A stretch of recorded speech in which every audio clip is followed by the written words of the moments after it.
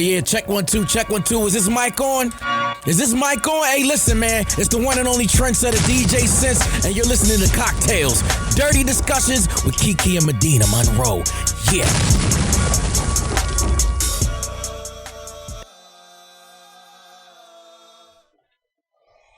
Today's cocktail is called the Drake. And what you're going to need for this cocktail called the Drake is Hennessy, lemonade, sparkling water, and some ice. And how you're going to prepare the Drake is take your glass, put some ice in it, pour in your Hennessy, a shot or 2 or 3 if you mad because you got a girlfriend like me. Pour in a tablespoon of lemonade so you can still taste the Hennessy as you drink your sorrows away. And then a dash of sparkling water. And that, my friend, is called the Drake cocktail. Your feelings today? You know, Kiki, I'm feeling a little under the weather. This is old news, but... And I really don't even know if the girl is his girlfriend, but I feel like every time Drake posts a girl and the rumors start, it's typically true. And she looks like his type.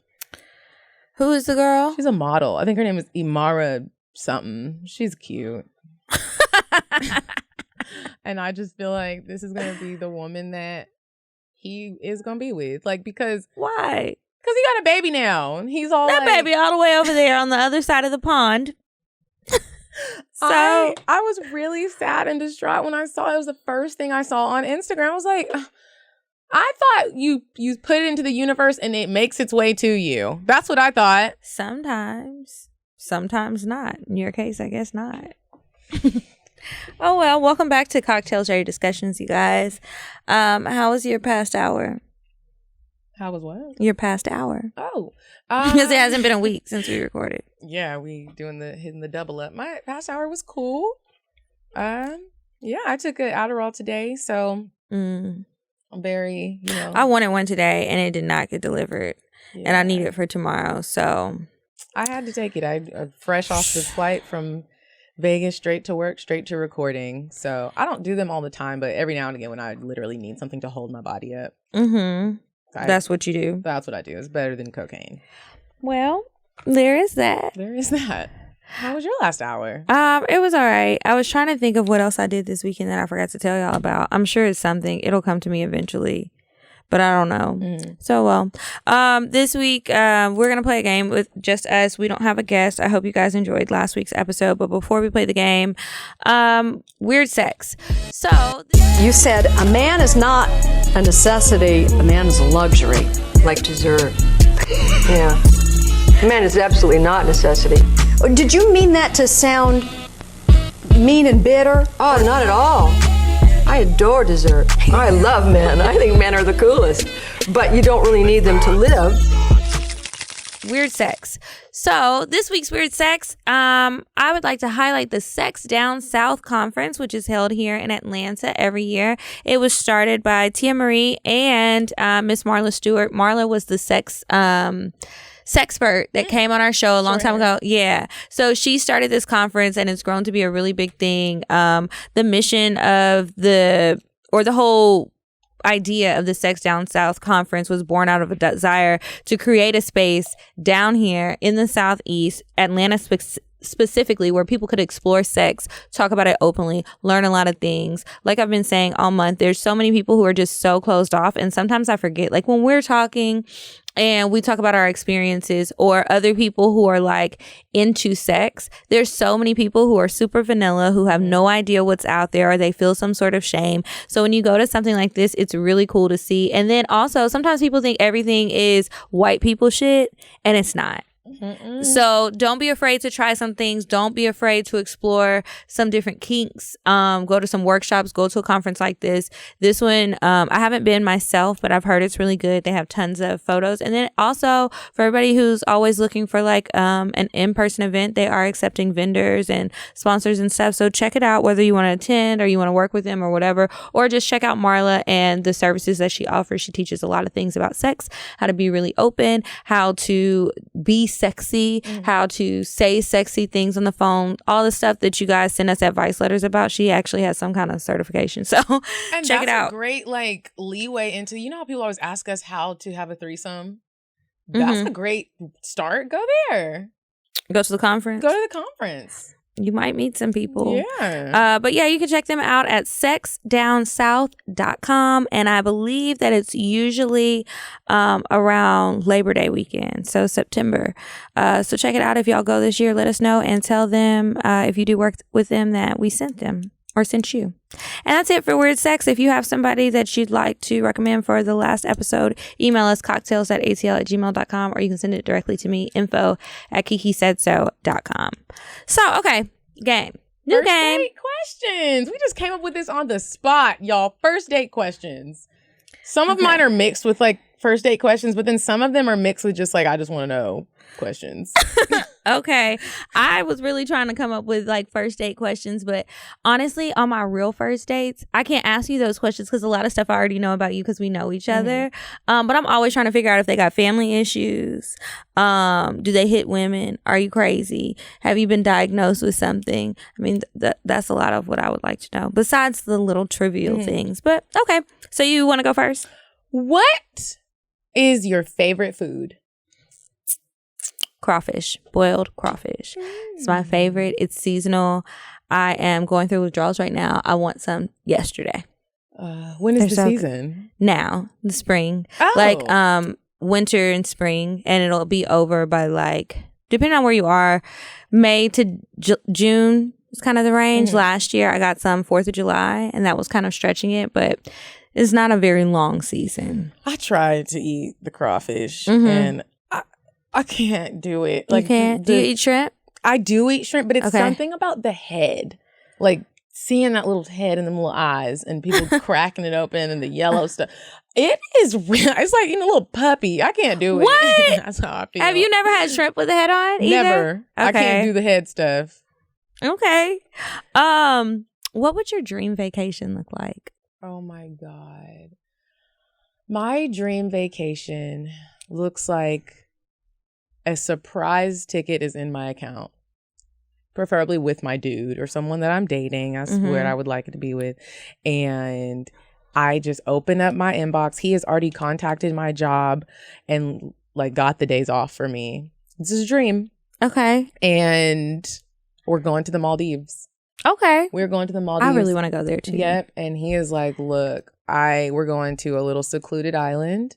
And there's just like a whole itinerary planned. One day of relaxation, one day of turn up. Maybe we meet some girls out there, have a little threesome. It's sexy. Like just pure bliss. We're eating good food. We're having drinks, maybe dabbling in a little bit of drugs, just a little bit. We're getting in the clear blue water. My weave is so on point that I'm not even worried. Like that how sometimes black girls go on a trip and your main concern is what the fuck am I gonna do with my hair? Even when you get a sew-in, if you dunk in the water, and I'm the type of girl be dunking in the ocean. If there's an ocean, I'm getting in. Now my leave out's messed up and I don't know how to do hair. So, when I flat iron, it's looking puffy, and now I'm not cute anymore on the trip, and now mentally I feel some type of way. But none of that happens on the dream vacation. I got a wet and wavy, full sew-in, and everything's secure. Okay. I hope that happens for you. What is your favorite nail shape? Coffin. Long coffin. I always try to get coffin and they always give me this. That's like square. It's square. Like I'm like, why do they do that? I don't know. But I also, did you say something? Sometimes I say something, but it's just too late. And then I hate going into the nail shop to get my nails done. So I'm not about to sit there all day. It's good as long as they're cute. Oh my gosh. Okay. What does a perfect proposal look like for you? Wow. Perfect proposal for me would be, I don't want it to be super, what's the word? Public. I don't like the whole, like, we're going to do this thing and invite everyone, and everyone's going to watch my reaction and see how I want it to be very intimate. And if people are going to be there, only people that are in like my close circle. I don't want it to be on Instagram. I don't want it to be on social media. I don't want no phones out. You like my mom and sister can take a picture because I know they wouldn't put. Well, my sister probably would post it, but I want it to be very clear. Like this, I don't want it to be like a. And look at what we're. I don't know. It makes me feel uncomfortable. I like surprises, but everybody doesn't need to be in on it. Okay. If you could ask a man to buy you anything right now, and the answer would be yes, what would you want him to get you? A house. You knew that already. Not even like specifically like a standalone house. It could be a condo, but something that I own, a residence that I own that he pays for outright. I don't want a mortgage. Hopefully he can throw in the homeowner's insurance as well. But yes, a house. In Atlanta or Texas or Louisiana? Atlanta. Yeah. Yeah, somewhere here. Okay. Do you have a special talent that most people don't know about or that no one knows about? A special talent? That's a good question. I would say I don't think it's special, but I'm really good at karaoke, and it's really weird because some people might be like, that's not a talent. But whenever sometimes I go and do karaoke by myself, and I can sound just like the Dixie Chicks. And I think that's a talent. And I have literally gone to karaoke, and I sing all these country songs. Okay. And a lot of people don't know that, because if you ask me to sing in real life, like if I was at Thanksgiving having dinner, my mom was like, you know how parents always try to put their kids on blast? It's not going to sound the same. It has to be karaoke. Do you think you need those effects of the mic? No. Oh. No, there's no effects. But I mean, when you do karaoke, you know how like just like how you sound in a microphone versus how you talk. Like the little things. Like what's the difference? Why can't you do it at the table if it's no effect? I think it's just something about karaoke. I don't know. It's just okay. How often do you eat out? That is something I actually do ask men on dates. I go through like phases. I eat out a few times a week, but I also like to cook. It really just depends on how busy my week is. If I'm not at home a lot, that's usually when I eat out the most. And I might eat out twice a day, not every day, but probably most days out of the week. But I try to keep it to like, I would say 2 or 3 days a week I'll eat out. And then the rest of the time I cook. Okay. What would your family be most surprised to find out about you?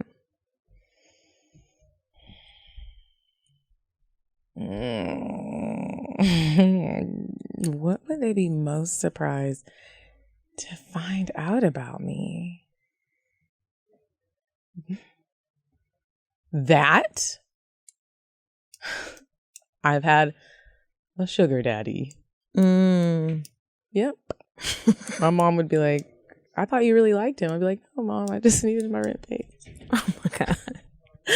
Okay, this is my last one. Do you watch or listen or read the news? Yes. Okay. Listen, watch. I do all of them. Listen, watch, and read. Sometimes in the car, podcast, TV is probably the main thing. And then the internet, just scrolling throughout the day, checking on different stuff, trying to see what's going on. All right, so that's it for our first date questions. We'll have to do that one again. I need to come up with more interesting questions. Me too. But I learned a little bit about you. Yeah. Okay, so this week we just have a bunch of random things that we're going to talk about. Well, not so random, but a bunch of just different things that we can talk about, like decision making, what's okay, what's not, how long are you holding on, or whatever the case may be. So, Ayana actually came up with this one for us. How long do you hold somebody down when they had it at first, but then they lost it? It's like, it's hard to answer that because I honestly don't know how to answer it, because it's like, when you love somebody, like, do we love this person? I'm assuming yes. Yeah, we'll say you love this person. Well, instead of saying how long, what would be the straw that broke the camel's back, or what's going to keep you trying to hold that person down? What's going to stop you from it? I think what stops me is if you're not trying. Whatever it is that happened and you're down now, like,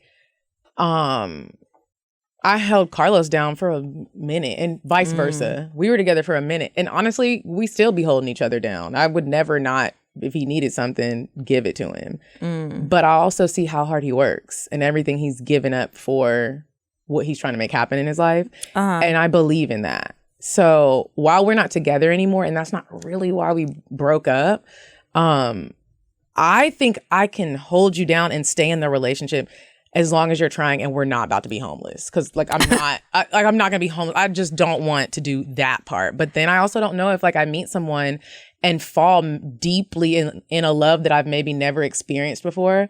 Maybe I will hold you down that long, like, and stay with you and then hope we can have a come up from it. Like sometimes I do think in the world we live in right now, everybody is so quick that as soon as somebody fucks up, you're just done. And you didn't hold it down at all. Like something bad happened, he lost his job and you're just done. You can't buy me that Birkin, you can't buy me that Chanel, it's a wrap. And I don't know, lately I've just been thinking about those things and it's like, what matters here?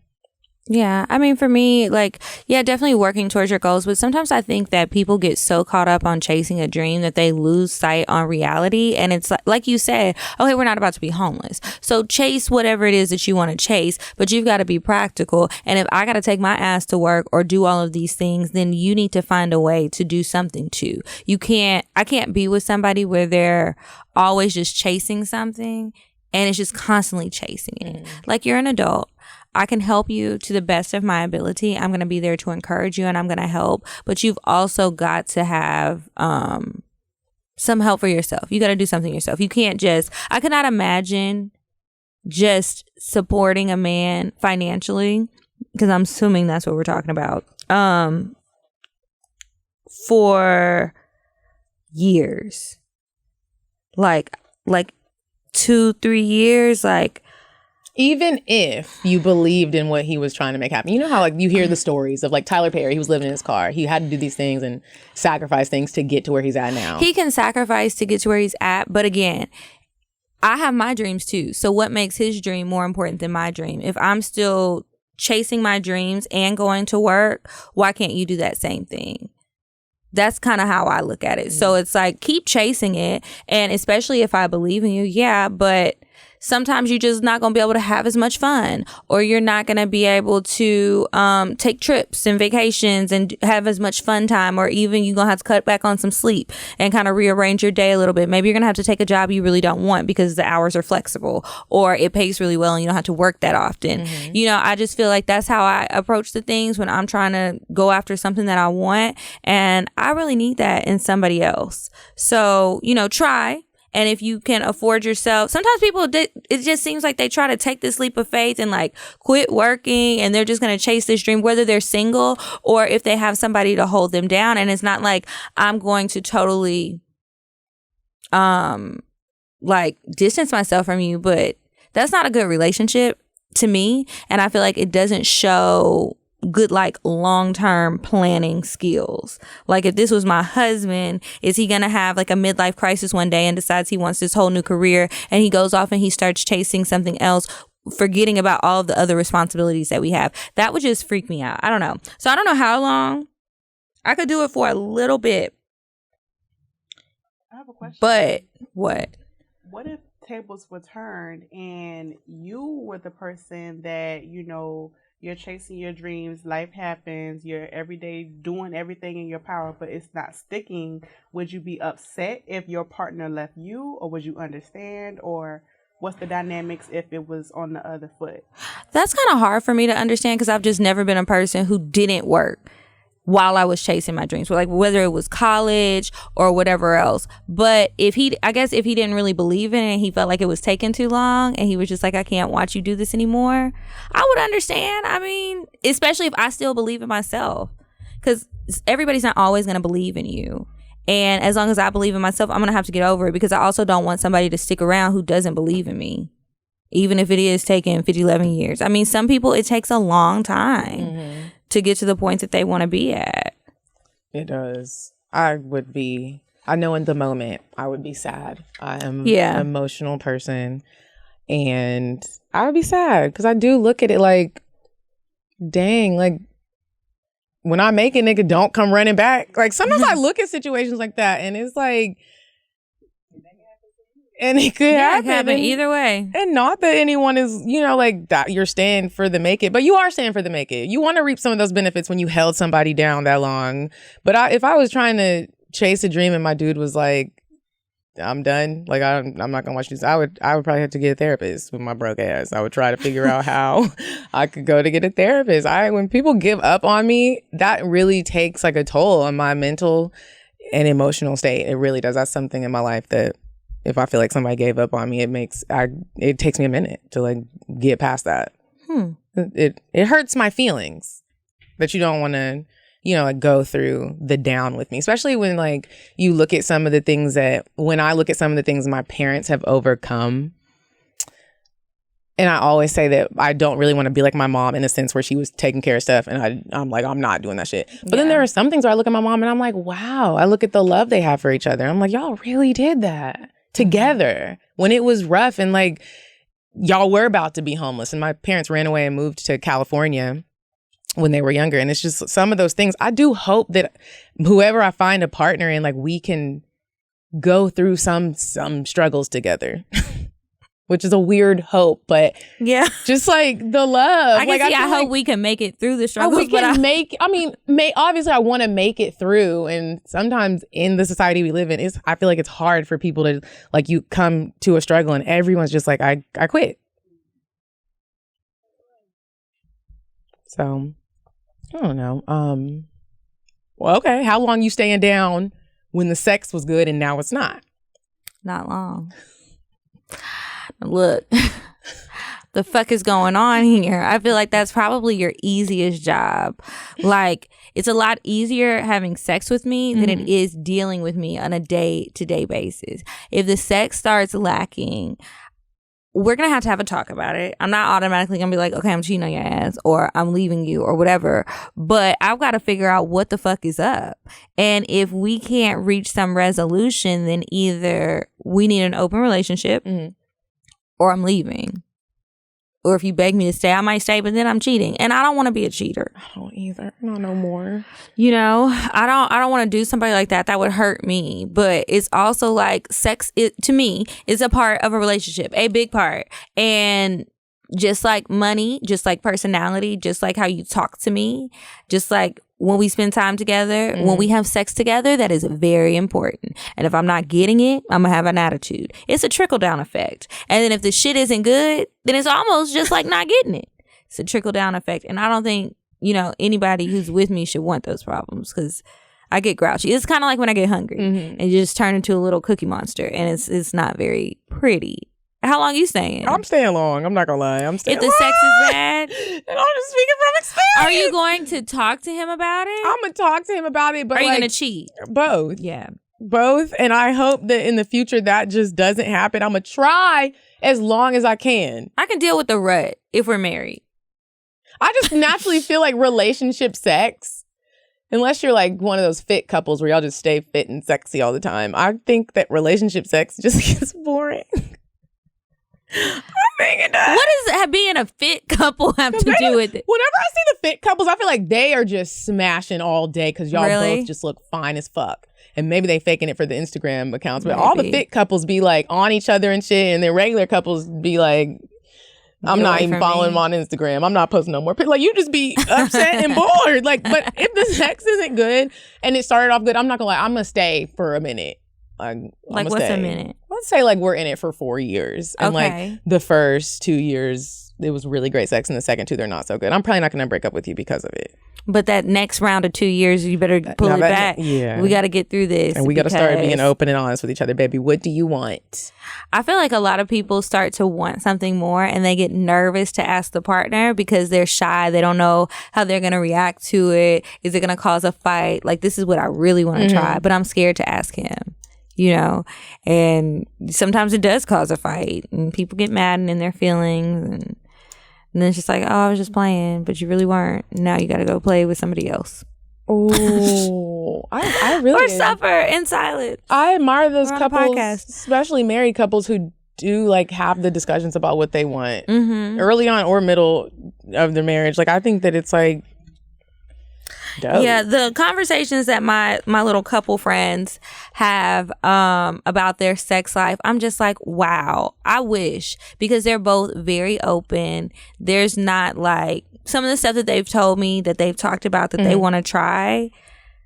I could see where some people might freak out a little bit at some stuff, but they don't. They're just like, okay, well, let's try it. I need to do this. Maybe I need to be drunk, but I can try it. And I'm just like, I wish. Nobody has to old hide niggas anything. Be a little judgy. You said the old niggas? They be judgy? I think they're a little judgy. A lot of them are a lot more conservative, not as open. But, just saying. How many chances are you giving somebody that you're dating who keeps fucking up in any arena? And it doesn't even have to be a repeat offense, but like, this is wrong, this is wrong, this is wrong. How many chances? 20? That was honest. Do you count them? Oh. Picture like little tally marks. The crazy thing is, like, when we have these types of discussions, I try to really dig deep and think about moments where I've given chances. Like, because 20, I'm like, look, there have been some niggas in my life where I gave them way too many chances, but I really thought they were going to get it right. It depends on how much I fuck with you, how much I like you, how attractive you are. I'm ashamed to even admit that. But then also... That does matter. It does, because sometimes you see the person, you be mad as shit. You be like, But they look good. Yeah, and then you see them in person and everything just changes. And you're like, They I smell good. I'll give you one more chance. And you just act like everything's okay. But in real life, it depends on what it is that you did. And did it like alter your character? You know how sometimes people do stuff and you can get over it, but like if a nigga stole from me, there's no more chances after that. I've talked to so many women where it's like a dude has stole money from them, or like for real, and you still go on a date with them and you know he stole the money and you just didn't, like stole cash out of their purse or something, out of their purse. And OMG, somebody that you wouldn't think would do that, or you just steal something from the house. Like that goes to everybody. There are certain things that you could do where it's like, now I'm looking at your character and if I give you another chance, the fuck. I can never let you inside. Yeah. You got to stand outside. Yeah. And I'm going to have to check your pockets. You need to keep your hands up. You need to clap the whole time you're in my house. Yeah. Because I don't need you touching nothing. Yeah. I think I give pretty much infinite amount of chances, sadly. This is for anybody I like. It's not even levels to like. If I just like you at all, I give so many chances, and honestly, I wish I wasn't that way. It usually ends up hurting me in the long run more so than it does them. But I will give a ton of chances. Ugh. Have you ever been like, you give a ton of chances and then sometimes you look at it in return and you don't get no chances? Yeah, and I'd be like, dang, nigga, you just cut me all the way off. Like, I've been giving you chances since 2010, nigga, and then I do one thing. That's why I say it. That's why I say it hurts me more than it hurts them, but it's still frustrating because it's like, where's the reciprocity? Like, what's up? Why? And then they were probably begging for a chance. Sometimes they beg, sometimes they don't. I just hand them out. But sometimes they do beg for those chances, and it's just like, wow. And I try to ask myself, like, if the shoe was on the other foot, how would he act? Are you going to give me another chance if I had done this to you? It's probably not. Niggas don't be giving chances like we do. They don't. Generally, you know. When it comes to like cheating, I will give you 2 to 3 chances. I will say I'm not the person anymore to just be like, some fishy shit came up and I'm just done. Like if a random text seems suspicious and you aren't sure how to feel about it, I'm not just gonna like go crazy and be like, I feel like I can have a conversation. That's what you used to do? I feel like that kind of stuff would make me insecure and it's like the relationship is over. But really it's like everybody's human and bitch, pull your phone out. Pull your phone out. And who the fuck you? Because everybody can look at a text message and there could be something and you don't know. And you don't know. You don't know if this is just friendly and it could really be and this is just how y'all talk. Or it could just be a easy, simple little flirt. Or it could be something else. So I will give you that chance. Or it could be nothing. It's usually not, but it could be nothing. Like, you just never know. Like, with that shit, I'm gonna give you 3 chances, and then it's like, all right, nigga. I don't know how many on the cheating. The phone. Even though I will tell y'all, as I've told you many times, I'll go through that shit. I just make mental notes. It doesn't create an argument or anything like that. I don't usually say anything. I just keep it as like a little reference to anything else that could happen. And then I can put 2 and 2 together and freak out over what conclusion I come up with before I start talking to him about it. Catching somebody actually cheating, I think it depends on the type of cheat. There's different types of cheating. If I was like married or engaged to somebody and they cheated on me and got somebody else pregnant, I don't think I could stay. I might even try because, like I said, I'll be giving infinite chances. But I feel like I'm always going to look at that child and resent that child. And their mama. Let me ask you this, because I feel like a lot of people feel that way. Are you going to like take the part out, if you get married, are you going to alter your vows to take those things out? You know, when people are like, for richer or for poorer. For better or for worse. Like, sometimes I feel like people forget about the worst part. That's a worst part. Worst, but not the worst. And they're different. And I also think that you need to honor me if I'm your wife. Did you forget about that in the vow that you gave me? You promised to treat me a certain way and you didn't. So we're both breaking vows. I think I would actually like to write my own vows. I don't know that I want the traditional ones. It's been so long since I've been to a wedding with the traditional vows. I'm gonna have to review those terms and conditions and see if they're gonna apply to what I need for my life. The richer or poor, that part, that doesn't bother me so much. What is one of the ones that they say? Let me look it up real quick. For richer or poor, for sickness and in health, for better or worse. Till death do us part? Yeah. I mean, I would like to stay with you till death, but I also would like to be treated well throughout this marriage. Like, we can have bad times, but like overall, you need to respect your wife, just like I'm going to respect you.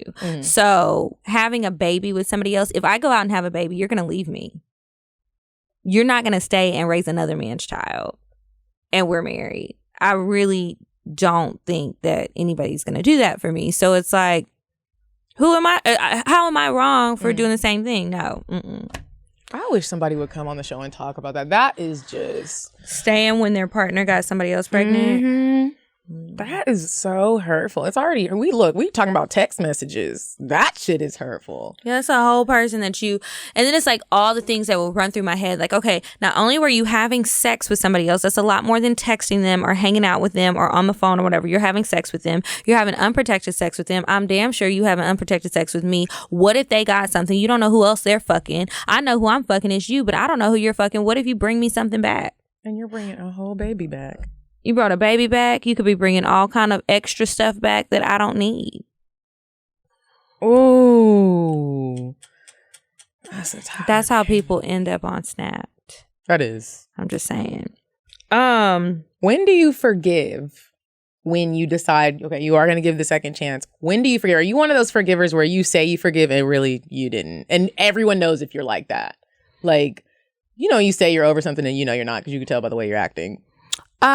I think that for me, forgiveness and moving on is a process. And it's like, I can forgive somebody, but I can still be hurt by whatever happened. So because I'm hurt and I'm not so warm to you right away, it's because I'm just still going through the process. Okay, I've processed what has happened. I'm over that, but I'm still hurt. So it's just like I need like time, like grieving. It's like grieving. Sometimes I just need time. Some friends of mine did some fucked up shit recently and I was very upset about it. And at first I was just in shock. And then I talked to them about it. Or no, then I was going to talk to them about it, but I didn't really. I only talked to one. But I was like, honestly, right now, you guys have already said your piece. I don't want to speak out of anger and say some shit that's going to be fucked up that I really don't mean. I'm just saying it to be mean because I'm angry and hurt right now. I just need some space. And then it's like, don't blow me up. Don't try and force me to like quicken the process and talk to you because you want to be around, because you miss me, because you want to hang out or whatever you need. Right now, I need time. And it's like when people don't respect that time and allow me to like just be to myself, that fucks up my process of getting over things and moving past and getting to a point of forgiveness to where I don't feel like I'm still watching you with a side eye, you know? So I think it just depends on what happened, how long it takes me to forgive somebody, and also if I feel like they're really sorry for whatever it is that they did that I'm trying to forgive them for. And then to like the way that they apologize. A big thing for me is just admitting that you are wrong. Not even like the details of a situation, but I was wrong for this, or I know that I hurt you. And saying that, because a lot of times I found that, like, especially with dating, guys try to give me all of these excuses about why they did something. It's almost like they try to pin it back on me, but it's never just, you know what, I fucked up, I'm sorry. I actually had a situation like that happen recently, and it was just like, just say you fucked up. And how have I been the person before going around in the circle and trying to make your point as to, but you learn that just like say, as you get older. Yeah, as you get older, you really are just like, all right, look, if you really don't want to lose a relationship, this is what I did. Did nobody, if no one died and it's not that detrimental and we can move past this, all right. Yeah. We all fuck up. Nobody's perfect. Right. And then two, if you're not sorry, don't tell me you're sorry. Because if you say you're sorry and you're still, nothing has changed ever, like I can give you time to change, but if nothing changes, it's just like you weren't really sorry, or you don't really feel bad, or if you don't understand where I'm coming from, that's okay too. Like tell me that so that maybe I can try and explain it in a different way. But sometimes I feel like people just throw around I'm sorry thinking that you'll get over it, so that you just leave it alone and move on. And I don't like that. And sometimes I feel like people throw around forgiveness thinking you can keep bringing stuff back up. I also think with that also, if you do decide to forgive someone, wholeheartedly forgive them, and you're like, okay, and we can still try to make this work, or if it's a friendship and you're like, okay, I do forgive you for what you did. I understand that people make mistakes. And then every week or every month you're bringing it up. Like, that's so fucking exhausting. It's like, you're not really over it. So why'd you tell me you were? Like, if you still going through, you still going through it, and that's fine. But yeah, don't say, that's tiresome. Being a human is really difficult. We have all these things we really have to like think through and really feel and have conversations about and really work through your problems. That's one thing I don't like, when someone doesn't want to work through a problem, like a situation arises and everybody's just ignoring each other and acting like there's nothing wrong when obviously there's a problem. That bothers me so much when people do that. And I've done it before, but it makes me very uncomfortable. It gives me anxiety. And a lot of the times I feel like girls do that with each other, like with friendships. Somebody did something. It could be a misunderstanding. It could be a lie, or it could be the truth. And nobody wants to address the problem. But if your nigga went and did the same thing, you would quickly address it with him. It's just, some weird friendship has been happening with me lately. And I'm just like, why are women like this? Like, let's just talk about the situation. And most of the time it's not that serious. What I will say to that is sometimes I think that with women, because women say it about their dealings with men too, like in that advice letter we had last time, when the girl was saying that she has a girlfriend, she was texting her ex and her coworker, and she was only kind of flirting back with him to not hurt his feelings. I think that as women, a lot of times we're not thinking of ourselves so much. We're trying to think of how that other person feels, even though you really don't know. You don't know how they'll react. You don't know what they can handle and what they can't. But you try, like, when you care, you try not to hurt the feeling, so then you don't say anything or you avoid it or whatever, when really that may not have been the best solution, and you didn't let the person even like try to have some feelings about what was going on. So I don't know. I think that can be it sometimes. And then I don't know what else. That's what I think it is a lot of the times. I know sometimes with me, when I've avoided talking about certain things, it's like, I might be upset today, but if I'm really not upset about it tomorrow after I've slept on it, I can let stuff go. Because sometimes I think that I overreact to stuff. So I don't want to bring up every little thing because I feel like I'm being nitpicky or just overreacting to stuff, being dramatic. That happens too much. Yeah. My dramatic overreactions to things. It's like, bitch, calm down. Have a chill pill. Have a glass of wine. Go to bed. Take a bath. Exfoliate. Try something different. Speaking of a glass of wine, I had a big old bottle of wine that was open. It was a bottle of red wine sitting in my apartment. My 2 neighbors were watching my dog while I was gone. The bottle of wine is gone. And when I get home, I'm going to get down to the bottom of this. Who took the fucking wine? So it was like, you said it was a big bottle? It was just a bottle of wine. You know, red wine, I don't put it in the refrigerator. I leave it on my little like alcohol corner. Bitch, it was gone. I came home from work. I was like, they could have replaced it. Somebody could have even said like, hey, you mind if I take this since I'm washing shot? Yeah, go ahead. Yeah. You come home thinking you about to have a glass of wine. A glass the of wine water? Is gone. Wow. Damn. That's rude. That's rude. I would be upset. Friends. Friends. How do you feel about friends fucking each other, or friends fucking, or fucking a friend's ex? So the first one is friends fucking each other. So let's say like me and you are friends. I meet your guy friend. Y'all are just friends, and I have sex with your guy friend. Is that what you mean? Yeah. So here's the deal. That's always so tricky. Right? And this something similar to this just happened.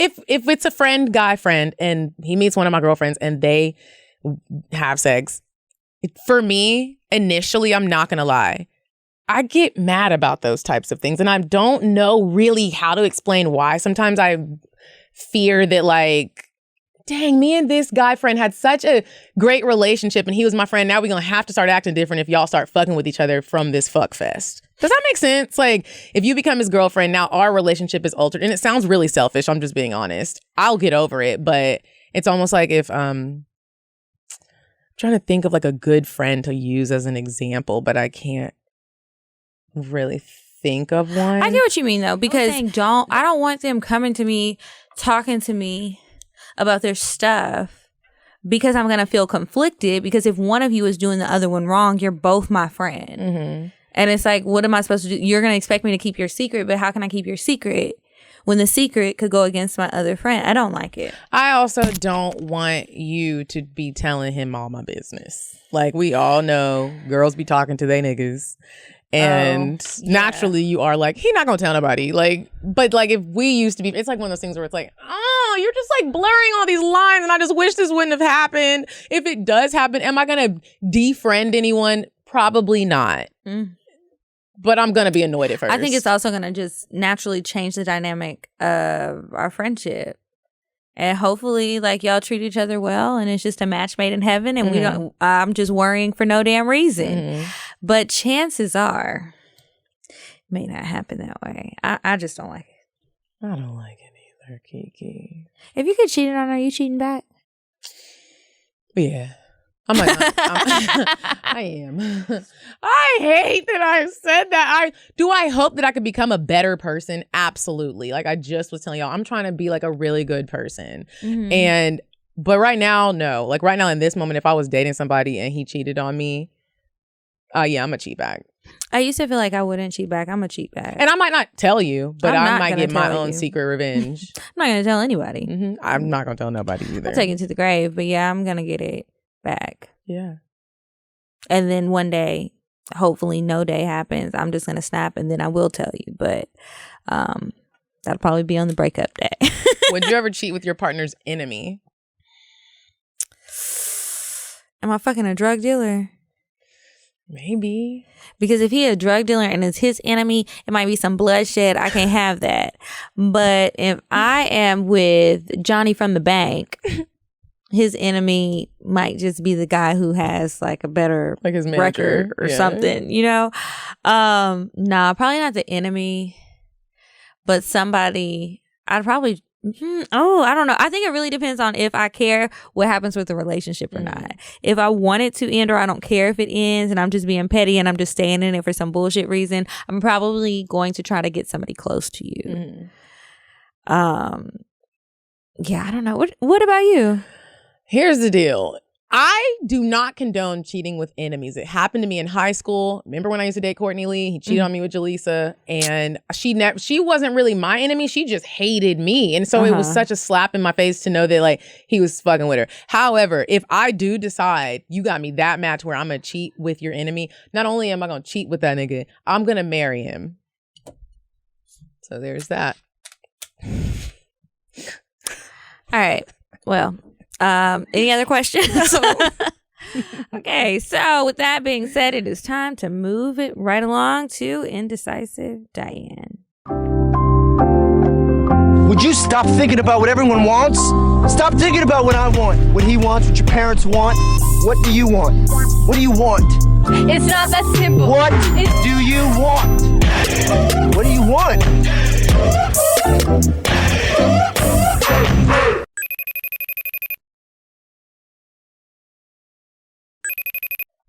All right, Diane, what cute little date idea you got for us this week? Hey, ladies, it's me, Indecisive Diane. Let me tell you. Well, you probably already know. What, girl?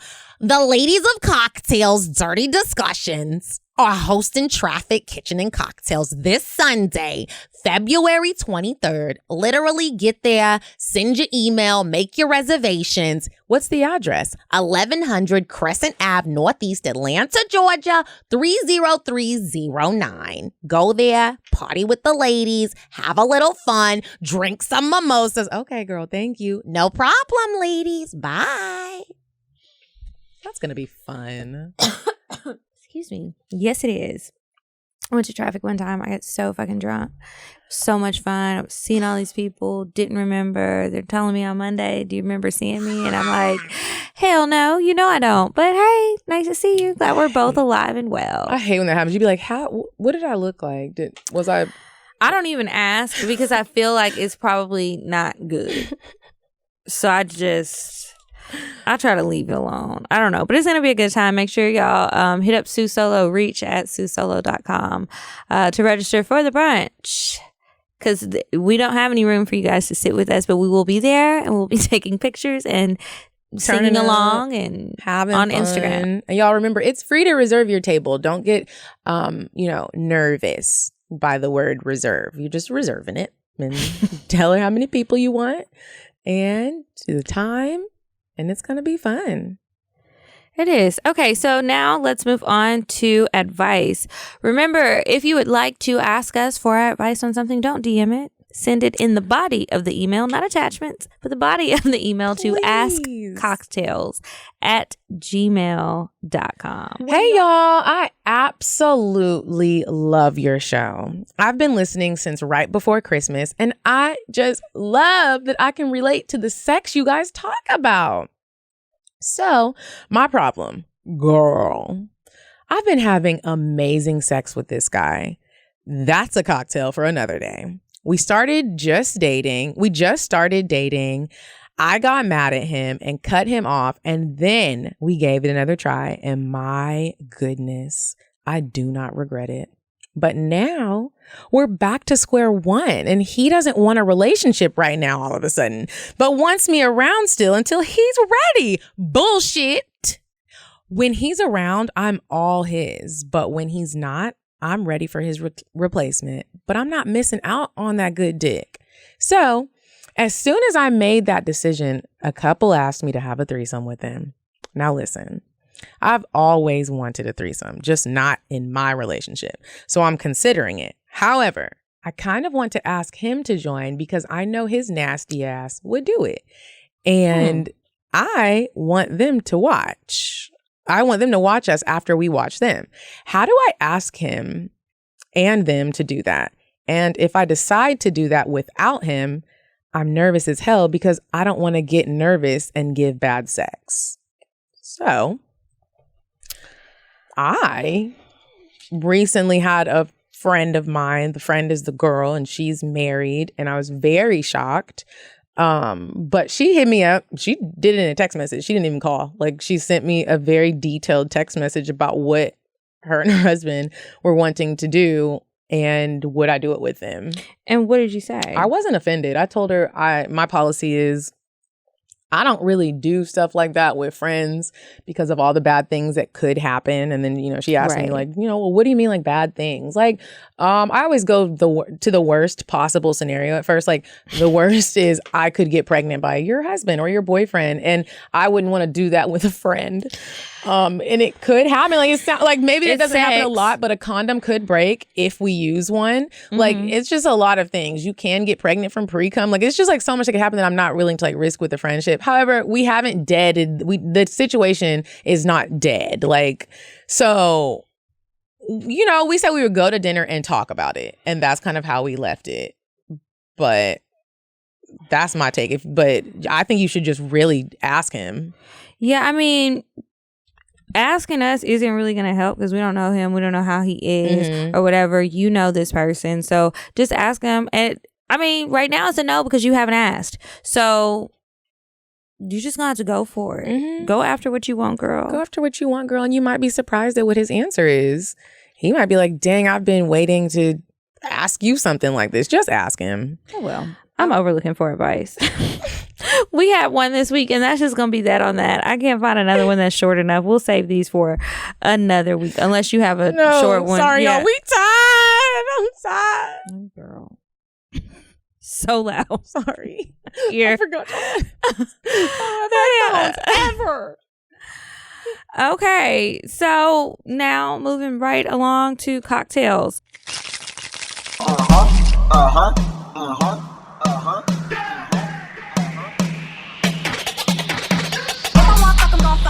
But if you ain't got a buck, I won't cover. Spend 100 on me, it ain't nothing. Run a double D, so stuffing. Back to the point. Is it some cash in this place? If it is, I'll probably see the stats in your face, turn around. Once upon a time, not long ago, I was a hoe, was a hoe, was a hoe.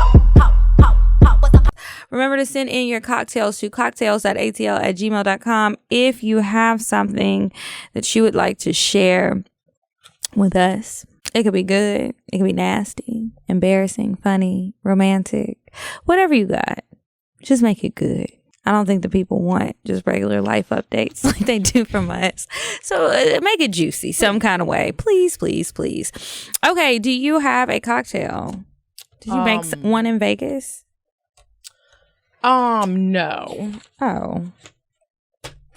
Didn't, but we got emails. We got emails. So what do you have in the email? You got one? I do. You got an OG? Mm-hmm. I was going to let you read it first and then I'll tell my story. Okay. Hey, sisters, please keep me anonymous. Heads up, it's a long story. Sorry. I've been waiting to email you guys and I hope this gets read, but I just have to tell my experience with these damn pills. So, for starters, I'm 30 years old and a little on the chunky, thick side. Heads up. Oh, wait. Sorry. I'll include a pic. Now to my story. I ordered the She Orgasm sample pack a couple weeks back and finally decided to give them a try. First time using them, I only took 2 before I met up with my little secret. And there was definitely a difference, but nothing to brag about. Oh, I felt like that at 2 first. Now I love them. The following week, though, sheesh, I popped 3 pills my last hour of work so I could be ready for my boo as soon as I walked in the door. Once I made it to him, I could already feel my pussy starting to beg for his dick to be inside me. We sat on the couch and clothes started to come off. He wanted to see me play with my kitty, and so I did. But that didn't last long. He heard how wet it was and could no longer stand not to be in it. We make our way upstairs, but somehow ended up fucking on the steps. Well, that's sexy. When I tell y'all my shit felt like Niagara Falls, I'm not even lying. With my face smashed into the carpet, my boo gave me the best back shots, and we go at it for about 20 minutes before we make our way to the bed. He has a nice thick dick with a decent length, so getting me to come is never an issue. Once we get to the bed, he literally fucked me so good and so hard. And the 2 orgasms I had were life-changing. I came so hard, I swear I felt my goddamn soul leave my body. I let him keep fucking me while he whispered how much he loved this super soaker pussy of mine until he could come. I'm surprised he lasted as long as he did, and he had the nerve to go for round 2. We finished round 2 and we just laid in the bed, cuddled up, listening to music. Both wore the fuck out. Okay, sis. After a while, I get dressed and gather my belongings and head home. My legs felt like noodles, but my pussy was satisfied and happy. Those pills will make a nigga fall in love and he don't even know it. Side note, I forgot to mention we are both in separate relationships, which makes the sex even better because what's more better than dick you not supposed to be getting anyway? Love you guys. We love you here in Pittsburgh. Oh, shout out to Pittsburgh. If you're talking about Pittsburgh, Pennsylvania, that's where all my family's from. That was funny. It's more better than dick you're not supposed to be getting it. Girl, nothing. All right. So I have a cocktail this week. So shout out to Chelsea, Raina, and Leslie. I met them last week. We went to a happy hour. They listened to CockTales. They were super cool. So we ended up doing a happy hour, and then I had to leave them there once I felt my she orgasms kicking in. So I left, and I was having a Netflix and chill night.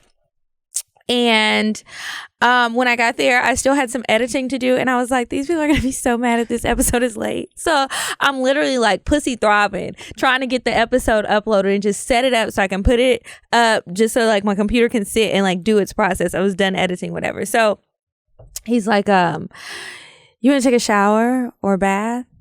And I was like, yeah. And I always feel like when you go over to a man's house and they're ready for you to get clean right then, it's going to be a nasty night. Because they need to make sure like everything is like super clean. And it was raining and everything. So I was like, perfect. Because I was feeling a little damp. A little moist. Yeah. I want it to be fresh. So I go in there. I'm luxuriating in this shower that I love so much.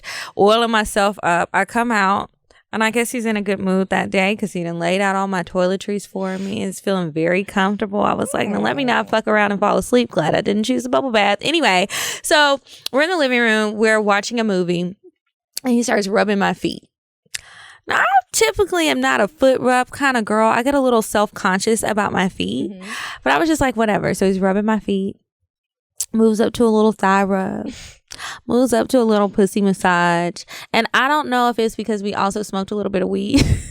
And I had a little bit of an edible. Plus, I had been at happy hour. Plus, I had the she orgasms. So all of these things are happening. But then it was like he was playing with my pussy a little bit. And then he took his hands out and like put it in his mouth. And I was just ready to go. So I was like, okay, so you ready to go to the bed? So we had sex. And I don't know if it's because I hadn't had sex in like a little bit. Or like what if it was just like, okay, I'm just gonna build up some anticipation. I don't know, don't care. It can happen again because it was great. So I was in some position. Have you ever been in a position where you're kind of on your stomach but still kind of on your side? Like maybe one leg is hiked up, the leg that's like towards the ceiling, and the other one is straight. And then it was like he was on top of me, like from behind, but it was like he was in a real push-up position, like toes and hands. And then it was just like push-ups but dropping dick off in my pussy. I don't know how he got into that position. I don't know how he lined our bodies up, but that was probably my favorite part. And then he was like, okay, lay down, I just want to eat it. I didn't have to suck his dick because y'all know that can be a chore sometimes. And I was just like, I gotta have this every day. I don't know what you need to do to get your energy up so this can be a daily activity, but it was just, I just felt like I couldn't even talk. I couldn't say anything. I couldn't talk no shit. I was just sitting there. And then I know that once like he came like all over my ass and shit, and I really wanted to rub it in, but I was just kind of like stuck because I had like a really strong orgasm and it just felt really good. We wasn't even using no toys, and I only took 3 she orgasm pills that day. It wasn't even my usual 4, but it's probably all the other shit I had too. So when we were done, he was like, are you okay? And I was like, I don't even know. I don't even know. So he went and got the hot towel, and then he's like cleaning me up. And then he started again. I said, I'm sorry. I just can't handle it right now. I don't think if you have sex with me again right now, that's really going to activate my crazy. And I'm trying to maintain. Can we just cuddle and go to sleep? So that's what we did. And that's my cocktail. But it was, yeah. Oh, I was up for a while just sitting there smiling like a kid at Disney World, just like, he fell asleep. I'm looking like, hey. Sex like that is incredible because you don't get it often. You know, it's just like the perfect stroke. Like, not too hard, not too rough. I can feel it all. Ooh. I just imagined that whole push-up smash. I know. Niggas out there, if you haven't tried it, you got to try it. Now, you got to be strong. Because if you don't normally do push-ups and shit, you might collapse. And hurt something. Yeah, it could be very dangerous. So proceed with caution. I don't know how he did it. I'm going to try and recreate it again tonight. We'll see what happens. But that's it for my cocktail. If you guys want to share, have questions, any of that stuff, and remember to email us, askcocktails@gmail.com for the advice, cocktails.atl for everything else. And don't forget about brunch. Don't forget about brunch, February 23rd, y'all. Yeah, brunch is from 1 to 6, I believe. And it's at Club Traffic. It's Sunday brunch with Sue Solo at Club Traffic. Email her at reach@susolo.com for your reservation. And then follow us on Instagram at Cocktails Podcast. I'm at Kiki Said So. I'm at Coffee Bean Bean. And until next week, you guys. Bye. Bye. I'm sorry, but the person you called has a voicemail box that has not been set up yet. Goodbye. Bye. Bye. Bye.